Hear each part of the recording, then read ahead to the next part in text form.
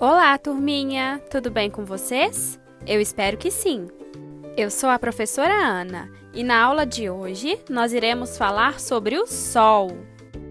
Durante o dia, o Sol nos ilumina e nos aquece, lá do céu, todo brilhante e amarelinho.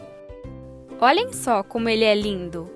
O Sol nos dá vida, nos aquece, ilumina o nosso dia e ajuda as plantinhas a crescerem lindas e fortes. Vamos dar um oi para o Sol? Oi, Sol! Como você é lindo! Agora, vamos fazer a nossa atividade?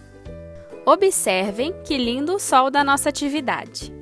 Algo está faltando nele. O que será? Isso mesmo! Cor! Vamos deixá-lo bem bonito?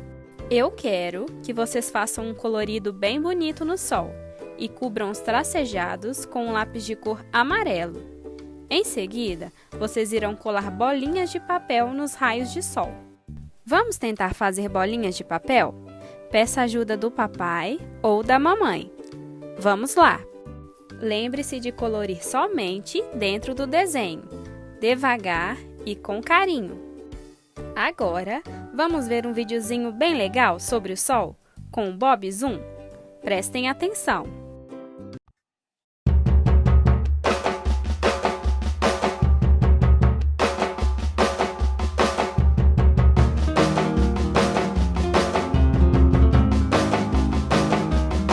Amigo Sol, Sol, meu amigo Sol, vem brilhar pra mim. Amigo Sol, Sol, meu amigo Sol, não se esconda assim. Todas as crianças pedem pra você, apareça meu amigo, como é bom te ver. Amigo Sol, Sol, meu amigo Sol, vem brilhar pra mim.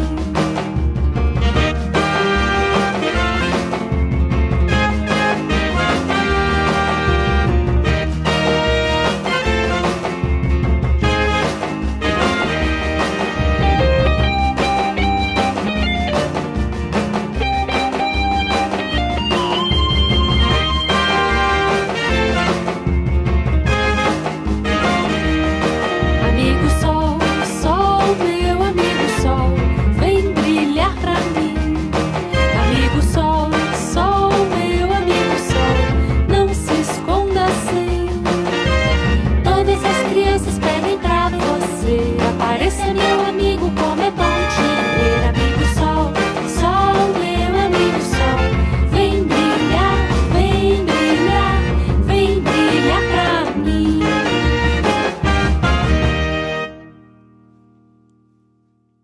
É isso aí, turminha!